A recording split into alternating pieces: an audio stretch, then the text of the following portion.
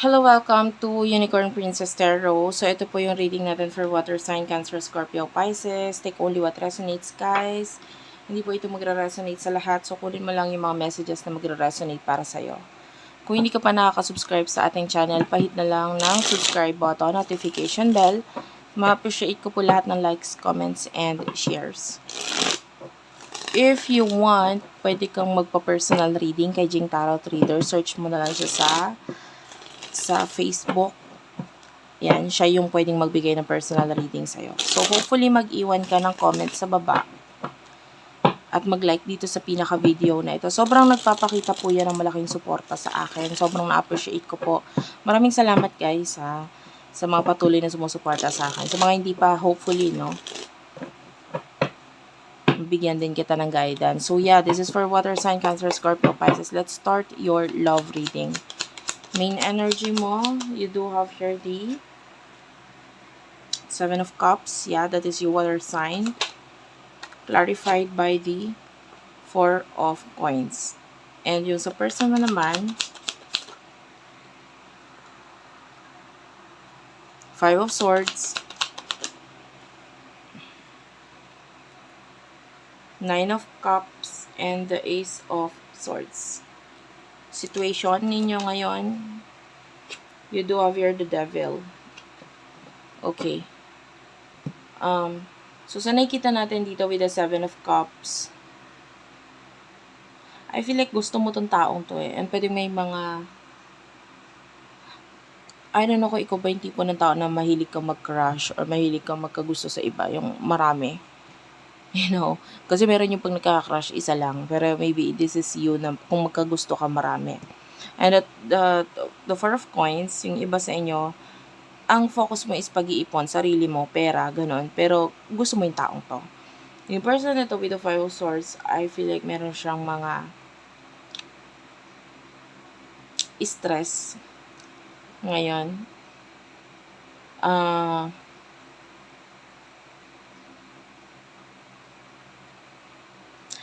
Part of this person is nasasaktan. Maybe sa mga new beginnings na nangyayari sa kanya. With the Nine of Cups, sa ngayon, ini-enjoy niya lang kung ano yung mga meron siya. And with the Devil, I feel like may kanya-kanya kayong problema ngayon ng person na ito eh. Maybe may kinalaman sa family. So anyway, ano ang nasa isip mo regarding this person? Water sign.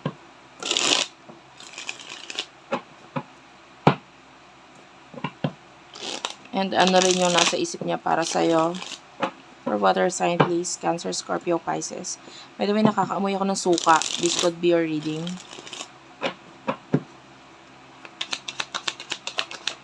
Okay, ang nasa isip mo, we do have here the Hermit. And the Queen of Wands. Ano nasa isip niya? Nine of Coins and the Six of Swords, the Tower.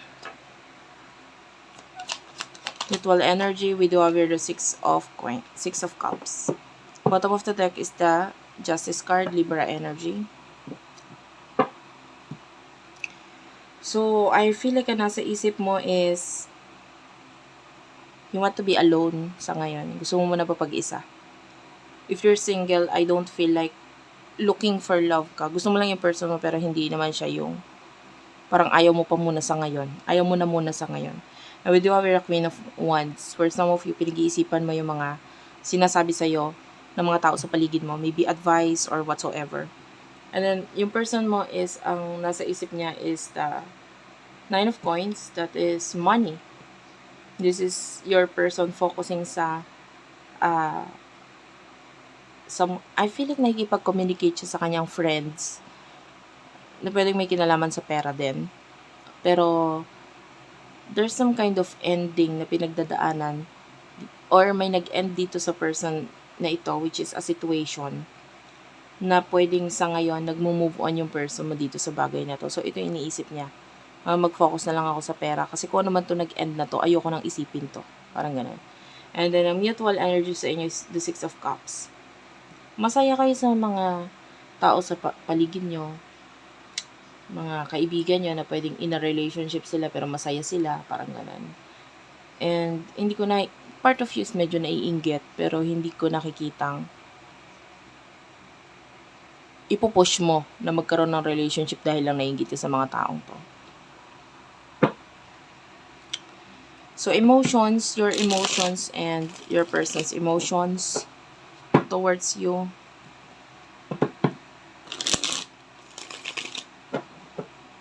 Spirit guides, angel guides for water sign, please.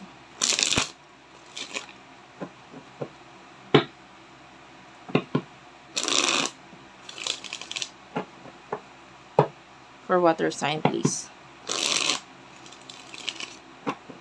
Okay, ano yung emotion mo towards this person? The Fool, and one more card, the Sun. Ano yung emotion niya para sa'yo? Seven of Coins, and Eight of Wands. Mutual energy. Four of Swords. Bottom of the deck is the Four of Wands.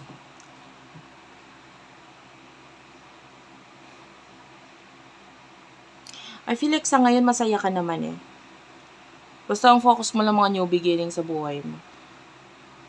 Gusto mo siya pero gusto mo siya kasi kahit papano napapakilig ka or ano ka sa kanya dahil, you know, gusto mo nga siya eh. And hindi ko naman nakikita nag-i-expect ka din dito sa person na to, pero part of you sana meron, 'di ba? And with the Four of Wands, gusto mo rin naman ng relationship and commitment coming from new person. Pero gusto mo may love na involved doon. Pero hindi dito sa person na ito. Hindi ko nakikita nag-expect ka. Basta gusto mo lang ng relasyon na may pagmamahal. Kahit hindi galing dito sa taong to. And the person na ito with the Seven of Coins is actually ang focus, ang emotion niya is regarding the past, nagmo-move on nga siya dun eh. So, with the Seven of Coins, pera lang muna. Gusto niyang ma-achieve itong money na ito kasi pwedeng ito yung naging major problem niya. Nagkaroon sila ng problema regarding pera or yun yung naging main cause ng problema nila. Parang hindi niya maibigay yung gusto ng person na ito. Nakakonect niya in the past dahil sa sitwasyon regarding pera. Or pwedeng yung families or friends nitong past person na ito ay nagkaroon ng pagtutol or hindi nila gusto because of money issues, because might be you're dealing with someone na hindi masyadong successful. So what will happen in the future actions sa inyong dalawa ng person mo? I feel like for some of you, ang kadil mo is crush mo or gusto mo lang siya. Pero, you're just, you know, nag-nod ka ng tarot reading para malaman kung may something or what. So, what will happen in the future actions? Ace of Cups. Oh, Page of Coins. Okay, Page of Cups. Ace of Wands. Two of Coins. Okay. King of Cups and the Knight of Swords. Bottom of the deck is the Three of Wands.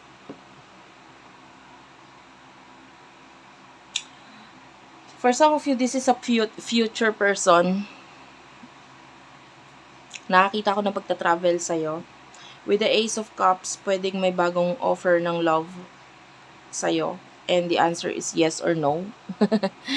So, yung iba sa inyo, possible na ito yung manligaw sa'yo in the future. But for now, hindi pa sa ngayon kasi nga nagmo-move on pa siya.